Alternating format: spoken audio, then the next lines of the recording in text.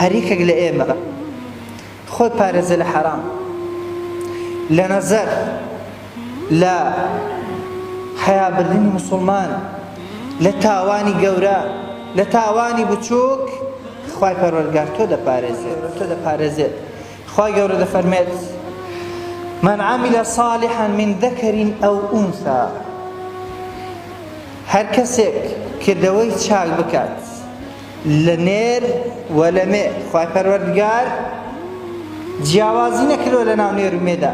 هەر کەسێک کردەوەی چاک بکات واتە لە سنووری حەڵاڵدا کار و کردەوەی چاک بکە و ئەنجامی بدات وهو مؤمن، ئەو کەسە ئیماندارە.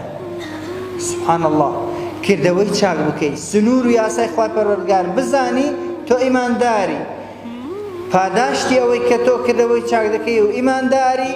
فلنحيينه حياة طيبة، ئەو خوای پەروەردگار ژیانێک دەتژێنێ، ژیانێکی ئارام و خۆش، ژیانێکی پاک و بێگەرد. چەندە خۆشە کەسێک کە ئیماندارێکی ڕاستەقینە بێت، تەنها لە سنووری حەڵاڵی خوای پەروەردگار بسوڕێتەوە، دەست بۆ حەرام نەبات، دەست بۆ هیچ شتێک نەبات کە خوای پەروەردگار لێ خەدەقە کردووە. ئەو خوای پەروەردگار ژیانێکی پاک دەیژێنێ.